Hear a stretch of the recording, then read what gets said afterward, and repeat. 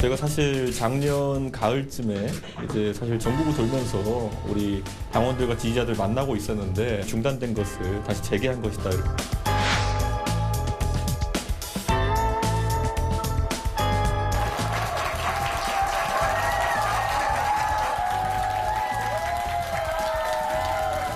예. 없는 미래를 쓰신 이준석 전 대표를 응원하시기 위해서 이 자리에 와주신 여러분 너무 사랑합니다. 여성들이 왜 사회복무요원에 이렇게 지원할 수 없는 이유는 뭘까? 이거 책에 썼지만 이렇게 한번 생각해 보시면 될 것 같아요. 과거의 대한민국의 가족제도나 원래 누군가를 글로 설득한다고 하는 것은 굉장히 어려운 일입니다. 저는 그래서 여기서 제가 논제로 던져놓은 것들 중에서 약간 내용이 부족하다 싶은 부분을 앞으로 이제 저희가 개설한 블로그, 팀 블로그가 있지 않습니까? 고공행진이라고.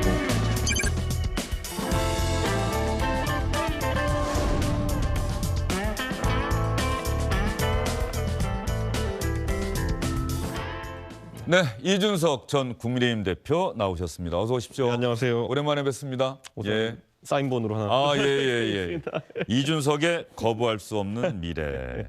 아, 이 사진은 어떻게 스튜디오에서 촬영하신 겁니까? 거의 한 6년 된 사진 같습니다. 6년 전 사진입니까? 예. 6년 전이면은 거의 뭐 정치권 입문 초기라고 생각할 수 있는 그런 시기에 찍은 사진. 총선 처음 나갈 때 찍은 사진. 어... 7년 됐구나. 이제. 예. 네. 이 책 거부할 수 없는 미래를 내놓고 최근에 이 책과 관련된 어떤 그 일정을 계속 소화하고 있는 겁니까? 아무래도 이제 지방에서 이제 당원들 만나는 일정이 원래 있었는데 그게 독자와의 만남까지 추가해서 이제 계속 만나고 다니는 상황이고 아까 뭐 자료 영상에 나왔듯이 정말 경기 남부권을 최근에 돌았는데 호응이 괜찮아가지고 저도 많은 영감을 얻고 있습니다 지금. 호응이 상당히 좋다. 현장에서 만난 아무래도 이제 저희 이제 개혁 보수 성향의 당원들이라고 하는 분들이 대부분 논쟁을 좋아해요. 그래서 와서 이제 저희 독자의 만남 거기 와가지고 저도 당황할 만한 질문들이나 저도 한 번도 못 해본 생각들을 이제 던지고 그런 것들 제가 또 마음속으로 섬기면서 저도 고민하고 있습니다 지금. 이 책을 내가 내놓아야 하겠다. 이준석 전 대표 지난해 정말 일이 많았잖아요. 네. 여당 대표였다가 어쨌든 대표를 그만두게 됐고 이런저런 일이 많았는데 그때 이 책을 쓰게 된 것 아닙니까? 출간하게 된 것 아닙니까? 제가 원래 저한테 처음에 징계 때린다고 했을 때 그래 어차피 나중에 징계라는 게 어차피 뭐 경찰 수사나 무혐의 나오면은 다 끝날 테니까 그러면은 한 6개월 정도 이제 시간 나는 동안에 한번 당의 개혁 방안에 대해서 책을 이제 써보죠. 당을 어떻게 대표 복귀해가지고 이끌어 나갈 것인가를 쓰고 있다가 그래서 안에 보면 정당 개혁 내기도 있고 정치 개혁 얘기 있고 선거 개혁 얘기 있고 제가 이제 지방 돌자마자 한 달도 안 돼가지고 제가 울릉도가 있었는데 그날 갑자기 뭐 기사가 뜨는 거예요. 뭐 대통령과 원내대표가 텔레그램으로 제 뒷담화 하다가 이제 사진 찍혔다 이런 건데 저는 그게 저한테 뭐 유감 표명이라도 할 줄 알았는데 무슨 연유인지 모르겠지만 비대위로 가는 방향으로 결론이 났거든요. 그래서 그러면서 이제 그러면은 가처분하고 이러면서 정치 개혁에 대한 내용이 이제 들어가게 되고 그리고 쓰다 보니까 이게 이제 대표도 그만두게 되고 그러면 이제 미래에 대해서 얘기하겠다 해서 그 내용도 좀 들어가고 그리고 또 최근에 전당대회 앞두고 한창 2030 지지율 떨어지고 이런 국면이 있으니까 총선 이기려면 전략 어떻게 하겠다까지 담아가지고 네 파트가 있는 거예요. 그러니까 사실 파란만장한 제 1년만큼 파란만장한 내용이 담겨 있습니다. 예. 어쨌든 젊은 정치인의 상징과도 같은 존재인 것은 뭐 틀림이 없는데 지난 1년 동안 이준석 전 대표를 강하게 지지했던 분들 중에서도 뭐 상당히 돌아선 분들도 계실 거예요. 가령 이른바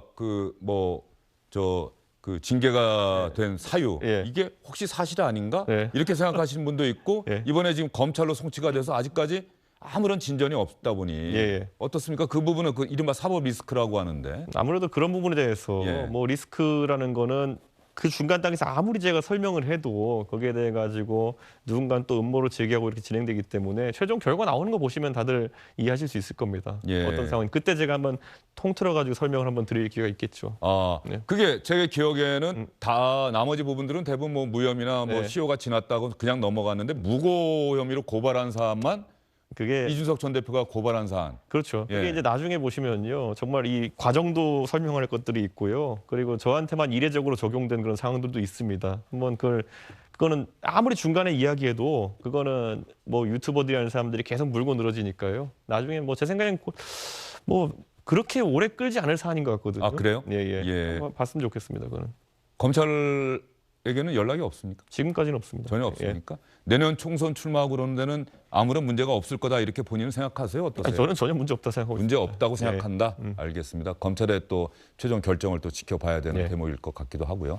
자, 책에 뭐 읽어보신 분들도 많으실 거고 아직 못 읽어보신 분들도 많을 텐데 젊은 정치인 이준석 전 대표 또 보수 정당에 몸담고 있는 기숙사 학교를 통한 지방 살리기. 이건 또 어떤 아이디어에서 이런 걸 냈습니까? 뭐 기숙사 학교가 이미 많잖아요. 지금 네. 이제 전국을 돌아다녀 보면요, 그 학교가 고등학교나 이런 곳들이 수가 너무 이제 학생 수가 줄어가지고 예를 들어 문경 같은데 가면요, 경상북도 문경. 예, 가보면 놀라는 게 뭐냐, 옛날에는 200~300명씩 한 학년에 다니는 학교인데 지금 17명 있고 이런 곳이 있습니다. 네. 그럼 반농담적으로 제가 얘기하는 게 17명 중에서 전교 1등을 모든 과목 다 해도 1등급이 안 되네. 그럼 이런 학교는 이제 사실상 진학이나 이런 면에서 굉장히 불리해질 수밖에 없는 상황이고, 그래서 더 학교를 더 떠나고 이런 상황이 반복되고 있는 것이거든요. 근데 저는 이제 제가 기숙사 학교를 다녀서 그런지 모르겠지만은 학교를 몇 군데씩 묶여가지고 이제 광역화를 좀 할 필요가 있는 단계가 된 거 아닌가. 저희가 학교의 기능에 대해 가지고 단순히 교육의 기능보다 사회적 기능 같은 것들도 있는데, 최근에 제가 노원구 사는 도봉구에서 바로 옆 동네 고등학교가 학생 수가 부족해서 폐교를 합니다. 네. 그렇다면 학교가 예를 들어서 지금 학생 수가 한 반을 겨우 유지할 정도로 있는 학교들은 이런 것도 한번 생각해 보시면 좋겠어요. 우리가 학교 폭력 이런 얘기가 나오잖아요. 저 어릴 때 보면 제가 목동에서 중학교 다녔는데 2학년 17반이었습니다. 17반. 예. 네, 월천 중학교. 그런데 매년 그러면은 그부들이 바뀌거든요. 그런데 예를 들어 1년에 한 반밖에 유지할 수 없는 학교들은 초등학교 6년 동안 같은 반으로 계속 가는 거예요. 그럼 그 안에서 교우 관계라는 게 틀어지게 되거나 아니면 왕따 문제는 발생하게 되면은 이사 가지 않는 한 벗어날 길이 없어요. 그래가지고 최근에 이런 학교 내에서 학교 폭력이나 왕따 문제나 이런 것들도 사실 아이들이 섞이지 않고 또 다양한 사람 만날 수 없는 환경 속에서 심화되는 측면도 있다, 이런 얘기 듣고 해서 저는 학생들이 좀 어느 일정 규모가 될 수 있도록 모으는 것이 중요하다. 그래서 특히 이제 학생들이 많이 없는 경북이나 아니면 전남, 전북 같은 지역에서 과감한 투자를 통해 가지고 기숙사 학교 여러 개 좀 만들어야 되지 않나 생각합니다. 예. 기숙사 학교가 또 좋은 학교라고 소문나면 전국에서 또 그쪽으로 많이 가고 그런 학교가 있다 보면 그쪽에 또 이른바 또 기본적인 기반 시설 같은 게 구축이 되고. 그리고 이런 예. 거죠. 그러니까 저도 이제 아까 기숙사 학교를 다녔는데 기숙사 학교에 다니면 좋은 게 뭐냐면요, 사교육이 확 줄어듭니다. 학교 안에서 모든 게 다 이루어지고. 왜냐하면 사교육이라는 게 정말 우리가 뭐 배움이 부족해서 느껴가지고 다니는 것보다는 많은 게 뭐냐면은, 야, 옆집엔 이거 한다더라 너도 해야 되는 거 아니야? 이런 형태로 서로 불안 심리 때문에 갈수록 이제 고조돼가면서 때로는 불필요한 정도의 사교육까지 받는 경우가 있는 거거든요. 근데 같이 학교에서 똑같은 시간을 똑같은 환경에서 공부한다 그러면은 그런 어떤 불안 심리에 대한 거는 좀 줄어들 수 있다, 이런 생각이 들고, 저는 공교육을 활성화시키기 위해서라도 그 농촌 지역이나 이런 곳부터 해가지고 기숙사 학교 그리고 광역화 이게 좀 필요하다 생각해서 책에 연구해서 좀 썼습니다. 알겠습니다. 그리고 정책을 개혁할 시간 이 부분에 출산율이 아니라 결혼율이 먼저다. 젊은 세대가 결혼에 대해서 갖고 있는 리스크에 대한 관점을 잘 읽어내야 한다. 출산율을 높이려면 결혼율을 높여야 한다. 이거 어떻게 보면 당연한 이야기일 수도 있고 말이죠. 네. 예. 이게 왜 이 부분을 강조하신 거예요? 이렇게 돼 있어요. 그러니까 제가 저출산 문제 같은 걸 연구하다 보면은 일본이 저희보다 한 20~30년 앞서가지고 저출산 문제를 많이 연구했거든요. 그런데 요즘 들어서 일본이 20~30년 지나서 자조적으로 우리는 왜 연구하고도 실패했을까? 아직도 일본도 저출산의 허덕입니다. 근데 거기서 얘기하는 게 뭐냐면은 처음에 자기들이 생각했을 때 미혼율이라고 판단했다는 거예요. 미혼율. 미혼율인데 거기서 만혼율이라고 생각했다는 거예요. 예. 무슨 말이냐면은 이렇게 결혼을 늦게 한다 하더라도 좀 늦어져도 결국은 하겠지라는 생각으로 출산율 대책을 짰다는 거예요. 그런데 결국에는 비혼으로까지 그게 넘어가게 되면서 비혼율이 상당히 높아져가지고 생애 주기에 한 번도 결혼하지 않는 사람 숫자가 상당히 많아졌다는 걸 느꼈고, 그래서 이 비혼 자체가 어쩌면은 이 실질적으로 결혼율을 높여가지고 비혼율을 낮추지 않으면은 생애주기 출산율을 높일 수 없겠구나라는 이런 결론에 이르러서 요즘 일본 책들이 약간 궤가 바뀌거든요. 근데 이걸 저는 보면서 한국과 닿는 부분이 좀 있다는 생각을 했었어요. 그래서 그런 일본 책들의 요즘 트렌드를 보면은 이런 게 있더라고요. 왜 자신들이 20년 전에 30년 전에 서구의 스웨덴이나 아니면 프랑스나 이런 모델을 바탕으로 해가지고 출산율 대책을 짰을까에 대한 자조적인 반성이 있어가지고, 우리도 지금 보면은 뭐 국회에 제가 토론회도 가보고 이러면은 매번 무슨 서구식 제도 하에서의 어떤 출산율 상승 방법이나 이런 걸 논의하거든요. 근데 저는 그것이 일본에서 20년 전에 실패했던 모델인데 다시 우리가 연구할 필요는 없다 이런 생각 때문에 일본의 최근의 자조적인 반응이나 이런 걸 보면서 우리만의 좀 결혼률 올리는 제도를 좀 고민해야 된다 이런 생각이 됐습니다. 예. 제 기억에 기시다 일본 총리가 한일 정상회담, 윤석열 대통령과 정상회담 마치고 나서 그 다음 일정이 이 저출산 대책 아마 발표하는 자리였을 거예요. 예, 예. 일본도 그게 상당히 중요한 문제고 그렇죠. 2030년까지 남성들의 육아휴직률을 85%까지 끌어올리겠다. 그렇죠. 그래서 출산율을 높이겠다. 일본도 지금 매년 출생아 수가 80만 명 선이 붕괴가 되면서 상당한 위기의식을 갖고 있다. 그러니까 우리가 고령화 사회라는 거를 20년, 30년 전부터 겪었던 일본의 실패 사례에 대해서 반면 교사를 많이 얻어야 되는 것이거든요. 우리가 지금 말하는 그 대부분의 내용이 예. 이미 일본에서 학술적으로 연구가 되어 있는 것이고 일본도 지금 이제 다시 이제 또 부각되는 게 뭐냐면은 결국 싱글로서 결혼하지 않고 부모와 계속 생활하는 그런 어떤 자녀들에 대한 어떤 정책적 변화라든지 이런 것들을 얘기하고 있거든요. 일본에서는 그게 이제 패러사이트 싱글이라는 단어로 이제 그들이 사용하고 있는데 좀 공격적으로 들릴 수 있겠지만은 부모에게 기생하는 자녀들이라는 표현으로 패러사이트 싱글이라는 표현을 쓰는 걸 텐데 그런 것들이 상당히 시사하는 지점이 있습니다. 왜냐하면 한국에서 나오는 뭐 돈으로 해결해보다 이런 문제 같은 것들 일본에서 다 해봤습니다.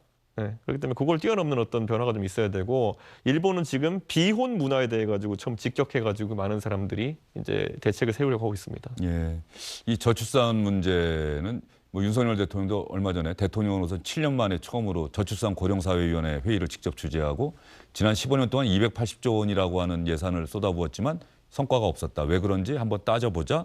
구체적인 대책을 한번 우리가 마련해 보자라고 하는데 이런 문제들에 대해서 심도 있게 고민하고 고심하고 국민들이 고개를 끄덕일 수 있는 대책이 나와야 하는데 지금 젊은 세대고 그래서 아마 이 부분에 또 천착하고 고민을 많이 했던 것 같은데 뭐 정말로 어떤 정부가 야 이런 정말 해법이 있습니다라고 내놓을 수 있을까라는 또 약간 의문도 있어요. 이 부분은. 저는 냉정하게 문화를 들여다보기 시작할 때가 되었다. 문화. 예. 제가 아까 말씀드린 것처럼 결국에는 비혼이라는 단어가 최근에 많이 등장하게 된 것은 그러니까 미혼과 비혼이 다르다는 생각을 해야 돼요.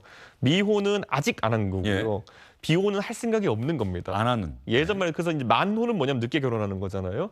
미혼, 만혼, 비혼 다 다르게 생각해야 되는 건데 대부분의 부모가 만혼이겠지 하는 생각으로 이 미혼의 자녀를 이제 두고 있는 사실 자녀는 비혼인 경우도 있어요. 이제. 근데 그 비혼이라고 하는 것은 자아 실현에 있어가지고 결혼과 아니면 이런 일이나 이런 것들을 선택해야 된다는 강박관념 속에 있는 거거든요. 그래서 제가 젊은 여성들과도 이제 뭐 제 나이 때 여성들이나 아니면 저보다 젊은 여성들과 이야기를 해봐도 이런 비혼에 있어가지고 사회 진출 연령의 문제도 이제 많이 보는 것 같아요. 그러니까 자아를 실현해가지고 이제 관리직에 올라가고 할 때쯤에 여성이 생물학적으로 이제 내가 아이를 낳으려면 지금 모든 걸 포기하고 결혼의 길을 선택해야 되느냐 이 문제 때문에 고민하는 경우가 많은데 그래서 이야기해 보면은 사회 진출 연령을 당기자는 쪽으로 결론이 나는 경우도 있어요. 그럼 저는 여기서 이제 얘기하고 싶은 게 그때 윤석열 대통령께서 5살 취약 문제를 들고 나왔다가 너무 이제 설명이 좀 빈약하다 보니까 대중적으로 많이 지탄을 받고 없던 일이 돼버렸잖아요. 근데 그런 것들도 잘 설명하고 잘 설계해서 내놓으면 답이 될 수 있다. 예를 들어 우리가 K-12 교육이라고 하는데 킨더 같은 유치원부터 12학년까지 그 교육 기간을 단축하자는 논의도 계속 나오고 있는 거예요. 근데 대통령은 일찍 보내는 문제를 언급했지만은 단축한자는 문제도 우리가 거론할 수 있는 거고 대통령이 1년 땡기자는 얘기를 했지만은 사실 우리 지금 아이들은 3월 학기 기제이기 때문에 미국의 9월 학기 기제에 비해 가지고 6개월 뒤에 학교를 시작합니다. 그러니까 사실 1년 땡기자는 논의가 그렇게 급진적인 논의 아니었음에도 불구하고 정책을 풀어나가고 설명하는 과정 속에서 다소 윤석열 정부 난맥을 걷고 초기에 너무 움츠린 것 같은데 저는 이런 대안들을 좀 합리적으로 설명할 수 있는 길이 있어야 되는데 요즘 제일 안타까운 거는 여당과 정부의 그런 정책 설명 기능이 많이 좀 부족해 보인다. 논쟁할 것은 논쟁해야 되는 것이고 왜 이걸 했느냐를 끝까지 이제 이야기할 수 있어야 되는데 지금 정부 반응은 대부분의 정책에 대해 가지고 뭐 냈다가 약간 반응 안 좋으면은 그런 뜻이 아니었다가 또 가면 가짜 뉴스다 뭐 이런 쪽 가가지고 좀 튀는 느낌이 들거든요. 저는 그게 좀 안타까운 점이 있습니다. 사실 원래 초등학교 입학 연령을 당기겠다는 이야기를 할 때는 이게 K-12 교육을 보통 한 학교에서 하는 것으로 좀 바꿔나가는 외국의 문화처럼 사실상 유치원에 가야 될 아이들이 유아학교 형태로 조금 더 빨리 편압되는 것이라는 거를 설명할 필요가 있는 것인데 뭔가 아다르고 어다른데 제가 봤을 땐 정책 설명 기능에서 아직까지 좀 시행착오가 있는 것 같습니다. 정부에서. 좋은 정책이라도 국민에게 잘 설득하고 잘 알려야 하는데 그런 부분에 있어서 좀 난맥상을 보이고 있는 것 아니냐. 그리고 어떤 지점은 정책적으로 끝까지 국민들에게 설득을 하려고 노력해야 될 부분도 있고 어떤 지점은 우리가 생각을 잘못했구나 해가 좀 타협할 지점도 있는데 지금은 맨날 뭔가 세게 질렀다가 논란이니 철회 뭐 이런 거잖아요. 지금 보면. 가령 노동 시간 이번에 뭐 그러니까요. 개편안이. 저는 좀 그게 걱정입니다. 예. 이게. 예. 자, 이준석 전 대표가 오랜만에 주영진의 뉴스 브리핑에 나와 주셨는데 예. 본인이 현재 어떠한 그 위치에 서 있는지에 대해서 생각하고 있는지가 좀 궁금한 게 있어요. 네. 많은 분들이 네. 이준석 전 대표 어쨌든 여당 대표였는데 네. 대선 지방선거 이긴 거 다 좋아. 그런데 어쨌든 개인 문제로 네. 징계를 받아서 대표직에서 네. 쫓겨났고 네. 그렇죠? 네. 그리고 가만히 있다가 책을 썼다고 하는데 지난번에 또 전당대회 때 보니까는 네. 뜻을 같이 하는 젊은 정치인과 함께 또 전국을 다니더라. 이준석 전 대표는 도대체 뭐지? 여당에서 다른 목소리를 내면서 여전히 여당에는 몸담고 있고 이 부분에 이런 대해서 거죠. 어떻게 제 답변하시겠어요? 개인적인 걸 수도 있지만은 박근혜 대통령이 저를 영입해서 이제 정치를 이제 바라봤을 때 제가 그때 제일 아쉬웠던 게 뭐냐면은 박근혜 정부 내내 이 진박이라는 사람들이 진실한 사람들이 하는 사람들이 일방주의로 당을 운영하다가 탄핵이라는 엄청난 사태를 맞이했음에도 불구하고 배운 게 없다는 생각을 하는 거예요. 보수 정당은 지금까지 단 한 번도 강경 보수 일변도로 집권한 적이 없습니다. 우리가 봤을 때 YS 대통령께서 이제 집권할 때부터 아니면 노태우 대통령 때부터 3당 합당이라는 것이 이제 나와서 그걸 통해 가지고 민주화 세력과 사실 이제 군부 세력이 같이 결집해 가지고 또 다른 가치를 만들어낸 것이고 그 다음에 이제 또 한나라당이 되면서 그때는 선진화 세력 뉴라이트라고 하는 사람들이 또 같이 결합해 가지고 이런 변화를 만들어낸 거고 박근혜 대통령은 누구보다도 오른쪽에 자신 있었기 때문에 중도화를 통해 가지고 경제민주화, 반값 등록금, 복지, 그다음에 연금 복지, 개혁. 이런 것들, 생애주기의 마침복지 이런 걸 통해 가지고 나온 것이고 그 다음에 이제 저는 아까 안타깝던 게 뭐냐면은 탄핵을 겪으면서 그냥 목숨이 붙어 있기 위해 가지고 살기 위한 강경 보수를 했어요. 네. 예, 홍준표 대표가 원래 그런 분이 아니거든요. 네. 서울에서 계속 정치를 해오셨고 굉장히 중도화된 그런 분이었고 동대문을에서 정치를 하셨으니까요. 그런데 그때 대선에서 워낙 어려운 선거를 치르다 보니까 좀 강경보수 이미지를 내시려다가 굉장히 강경보수 이미지가 장착되었고 그다음에 황교안 대표가 들어오시면서 또다시 더더욱 이제 종교적인 색채까지 가미되면서 강경보수 이미지가 되어버렸고 그렇게 계속 졌죠. 그런데 이제 그다음에 김종인 이준석 체제가 오면서 그걸 최대한 가운데로 끌어들이기 위한 노력들이 있었던 것이고 그런데 그게 또 이제 지난 지도부의 교체 이후에 다시 또 오른쪽으로 가는 모양이 보이잖아요. 근데 이게 너무 제가 봤을 때는 왜 매번 이래 가지고는 안 된다고 하면서 하는 것이냐. 아까 뭐 앞에 보니까 김재원 최고위원에 대한 얘기도 나오던데 네. 머리 좋은 사람들이 그렇게 하는 것은 머릿속에 뭔가 본인이 챙겨야 될 이익이 있는 겁니다. 저는 여기서요. 제가 이렇게 단언코 말씀드릴게요. 제가 지난번에 대표할 때 김재원 최고위원이 그 공천제도를 건드리자고 했었어요. 그래서 이제 국회의원이 그만두고 시장 나가면은 페널티를 많이 주자 뭐 이런 거였거든요. 본인이 그래놓고 대구시장 출마를 했어요. 그러니까 본인의 생각에 본인이 유리하기 위한 제도를 만들어 놓고 최고위원 나갔거든요. 뒤집어 말하면은 이번에 김재원 최고가 비슷한 생각하고 있는 겁니다. 자신이 여기서 최고위원 자리를 이용해 가지고 계속 강경보수에 소구하는 발언을 한 다음에 나중에 그 강경보수가 주류인 지역에 가서 출마하려는 생각이 있는 겁니다. 저는 김재원 최고가 이번에 뭐 사과를 하느니 윤리위원회에 가느니 이런 것보다 김재원 최고가 이번에 정말 이거에 대해 가지고 진심으로 반성하는 것은 대구 경북 불출마 선언하시면 됩니다. 네. 대구 경북 불출마 선언하시면은 그 다음부터 본인도 마음 자세가 바뀔 겁니다. 지난번에 중랑구 나갔다가 경선 떨어지셨거든요. 서울 중랑구에서 만약 출마할 생각이 있는 사람이면요. 저런 발언 죽었다 깨나도 못합니다. 지금 머릿속에 대구 출마만 그득한 겁니다. 네. 그렇기 때문에 이준석 전 대표도 뭐 대구 책 쓸 때 또 그쪽 지방에 가서 그 선산이 있는데 그래서 거기서 출마하는 건 아니냐는 이야기가 있는데 그거는 전혀 아니다. 나는 노원을 노원 사수한다. 출마를 하겠다고 계속 이야기했고 계속 준비하고 있고 하지만 제가 이 말은 계속 하는 게 뭐냐면은 어떤 지역을 특정하거나 어떤 형태를 특정하는 것이 아니라 저를 죽이려고 칼 들고 쫓아오면은 저도 제 살기 위한 방법들을 찾습니다. 그거는. 왜 제가 죽어줘야 됩니까? 그것에. 그러니까 그거는 그들이 하는 것에 달려 있다 이렇게 봅니다. 그런데 이준석 전 대표의 최근 정치 행보나 이런 걸 보면은 정말로 이 국민의힘이라고 하는 정당 안에서 공천을 받고 출마하려고 하는 사람인지 그러니까 이른바 윤핵관. 네. 제가 이 책 읽다가 보니까 오늘 뭐 어느 신문의 칼럼에도 등장을 했던데 이미 이준석 전 대표가 이 네. 책에다 썼더라고요. 뭐 망사신 네. 뭐 이런 그렇죠. 제대로 되지 않은 나라를 망치는 네. 군주를 망치는 신하에 대한 얘기도 썼는데 네. 윤핵관을 그렇게 적대시하고 나하고는 너무나도 다른 세력이고 근데 윤핵관이 어쨌든 지금 국민의힘을 지지하는 사람들 눈에는 여당의 주류잖아요. 윤석열 정부의 성공을 바라는 세력들이라고 하고 이준석 전 대표는 윤석열 정부의 성공을 바라지 않는 사람 아닌가. 그런데 여당에서 정말 정치를 하려는 사람인가라고 하는 의구심에 대해서는 또 어떻게 답변하시겠습니까?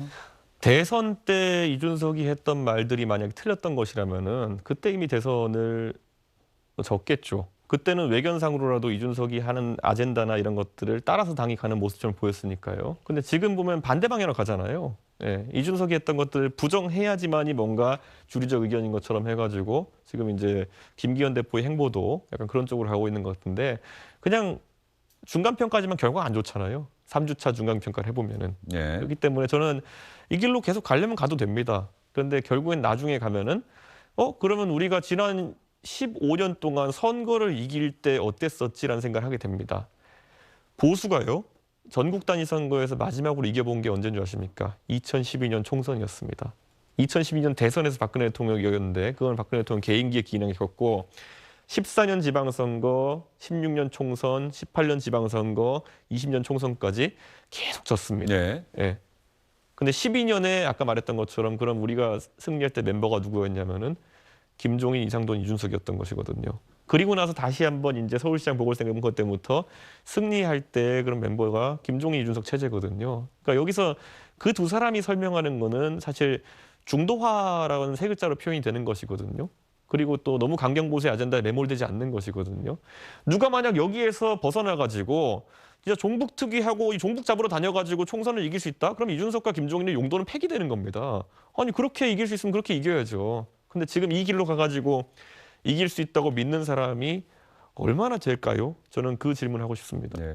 최근에 언론 보도 보니까 뭐 김정인 전 위원장이 나와서 강연을 하나요? 그리고 금태섭, 김경률 회계사 이런 분들이 뭐 비민주당 진보 인사들 뭉친다라고 하는데 뭐 혹시 이준석 전 대표가 거기에 합류할 가능성은 있습니까? 아니 저는 뭐 제 스스로 제가 개척하는 영역들이 있고 그리고 김종인 위원장이랑은 저는 정치적 색채가 상당히 비슷하고 그리고 방법론이 비슷하기 때문에 항상 같이 언급이 되고 그런 건데 그리고 제가 실제로 존경하기도 하고요. 그런데 그 부분에 있어가지고 저는 제3지대 창당이나 이런 것에 대해 가지고는 뭐 옵션을 완전히 닫아놓지는 않겠지만은 지금 상황에서 이 국민의힘이라는 당에서 개혁 성향의 당원들이 나날이 늘어가는 상황 속에서 제가 최우선적으로 선택할 옵션은 아니라고 봅니다. 아, 최우선적으로 선택할 옵션은 아니다. 예. 예.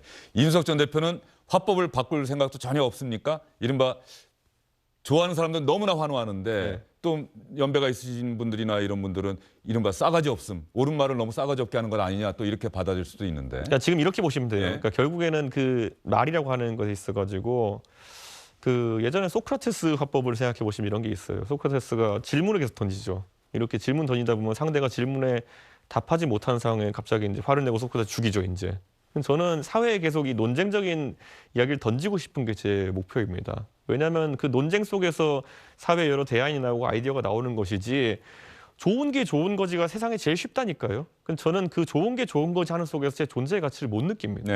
좋은 게 좋은 거지 하고 누구 이렇게 막 비위 맞춰주고 이런 거는 저보다 잘하는 사람이 너무 많고요. 그 경쟁을 제가 하고 싶지 않습니다.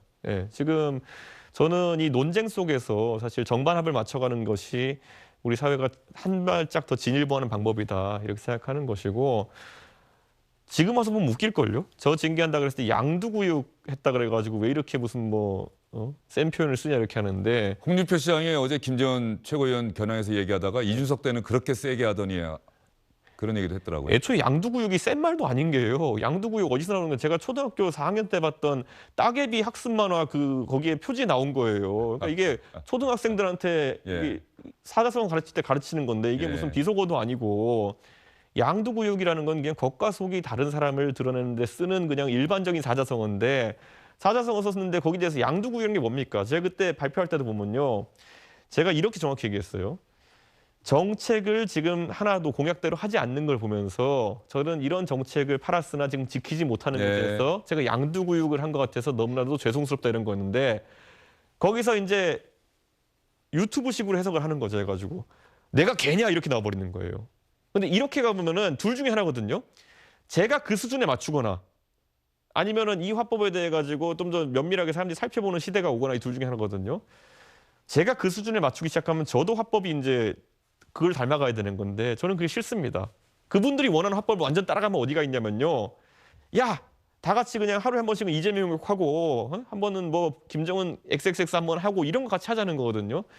저 그렇게 정치하면서까지 그분들이랑 똑같게 정치하고 싶진 않아요. 예. 그걸 제가 못해서가 아니라 제가 뭐가 먹고 사는데 부족하다고 그거를 하면서까지 정치를 합니까? 제가 제가 그분들보다 나이가 20, 30년은 더 이제 정치할 기간이 있는데 언젠간 그 세상이 오길 바라는 것이지 제가 왜 그분들의 시대로 되돌아가 가지고 다 같이 뭐 누구 XXX 해야 되는 것이고 이걸 왜 합니까? 그 이야기 듣다 보니까 이 마지막 질문이 될 것 같은데 시간이 너무 짧아서 아쉽긴 합니다만 이 책에도 있고 오바마 전 미국 대통령의 연설을 인용하면서 대구 경북에서 연설했던 것 다름을 인정하자. 네. 나와 다른 생각을 이야기하는 사람도 선한 사람이다라는 것을 우리가 인정하자. 네. 그 이야기를 인용하셨잖아요. 예.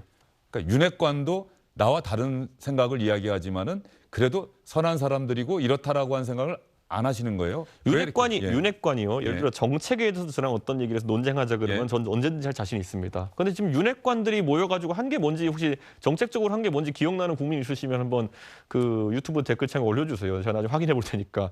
윤핵관이 한 것이라곤 오로지 익명 인터뷰로 사람을 뒤에서 저격하고 때리고 그다음에 누군가에게 충성을 맹세하는 척하면서 권력을 탐하고 이거밖에 없는 거거든요. 이거는요, 뭐 이해를 해주거나 아니면 공존해야 될 영역이 아니라 그들의 권력 투쟁인 겁니다, 그냥. 그렇기 때문에 만약 윤핵관이 누군가가 이준석의 노선이나 정책에 대해 가지고 자기 이름 걸고 이야기할 생각이 있다고 한다면은 저는 언제든지 그 논쟁을 환영합니다. 예. 지금 보면 아까 말한 것처럼 뭐 윤핵관은 양두구육 그러니까 내가 개냐 이래버리는데 이거는 정상적인 대화가 아니거든요. 그래서 저는 좀 수준 높은 대화를 했으면 좋겠다 그런 생각입니다. 저 기억나시잖아요. 이 자리에서 제가 항상 기억나는 게 제 대표하면서 가장 즐거웠던 순간이 송영길 대표와 제가 앉아가지고 저와 정치적 견해가 많이 다른 분이지만은 송영길 대표와 예의를 갖춰가지고 서로 정책적인 얘기를 할 수 있을 때 전 누구보다 행복합니다. 근데 윤핵관 이 사람들은 뭐 같은 보수라 그러는데 익명 인터뷰를 맨날 모 중진 의원은 이렇게 말했다. 뒤에서 이준석 저격하고 자기 이름 드러내기 힘드니까 윤석열 측 핵심 관계자는 이렇게 얘기했다. 거기서 나온 말이 윤핵관 아닙니까? 대포차 같은 사람들입니다. 대포차. 자기 이름을 속이잖아요. 알겠습니다. 이준석 전 대표 과연 내년 총선 때 아마 많은 분들이 관심이 있을 거예요. 국민의힘 공천을 받을 수 있을지 출마할 수 있을지 뭐 그런 부분들도 아마 지켜보고 앞으로 정책 행보도 많은 분들이 지켜보실 거고 더 많은 분들의 박수와 응원을 받을 수 있기를 기대하도록 하겠습니다. 고맙습니다. 주영진의 뉴스 브리핑 잠시 후에 다시 돌아오도록 하겠습니다. 안녕하십니까, 주영진입니다. 더 많은 뉴스와 라이브 이벤트를 보고 싶으시다면 화면 오른쪽을 눌러서 구독해 주시기 바랍니다. 저희 SBS 앱을 다운로드 받으시면 뉴스 속보 알림도 받아보실 수 있습니다. 텔레비전으로도 SBS 뉴스, 유튜브로도 SBS 뉴스 잊지 마시기 바랍니다.